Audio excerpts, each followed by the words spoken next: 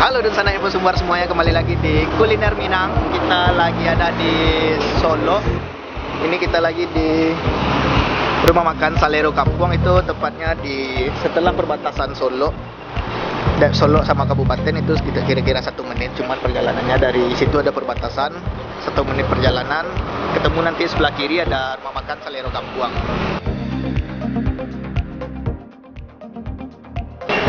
Oke, kini kita nyamasan. Sambanya di situ terkenal sama sambal buruk-buruknya. Sambal buruknya sana. Bukanya dari jam 7 pagi sampai jam 9 malam. Nah, sana yang ingin yang sedang perjalanan ke Sawalunto atau ke daerah Damas Raya atau sedang berada di Solo yang pengen cari tempat makan, mungkin bisa ke Salero Kampung karena sambanya mantap. Ya, sekarang kita udah mau mulai makan. Makanannya udah tersedia. Katanya di sini ciri khasnya masakan kampuang. Nah, ini seperti ini ya, bisa dilihat. Daun singkong, kalau orang Minang bilang pucuk ubi.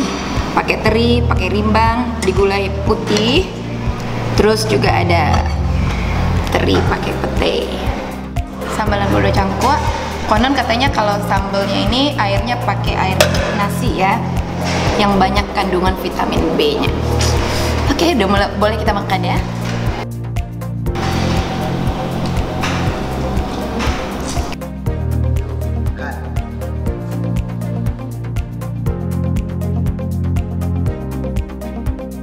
Oleh. Dan kita sudah di perbatasan Sawalunto. Jadi rencananya kan Ariko ini explore Solo. Rencananya ini tapi wisatanya lah, mungkin yang lah tahu mungkin lah tahu lah. Tapi kalau yang tahu nonton harusnya kan. Ya. Nah, kita ingin explore Sawalunto secara umum.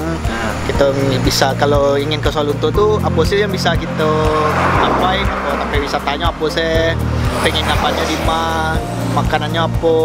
Nah, gitu. Jadi kita akan beko gitu explore tempat penginapan itu di homestay di mana beko di Sawalunto. Kita review juga homestaynya. Itu pariwisata yang ada di sekitar homestaynya. Jadi sana-sana yang berada di kota Sawalunto jadi tahu kemasannya bayi gitu.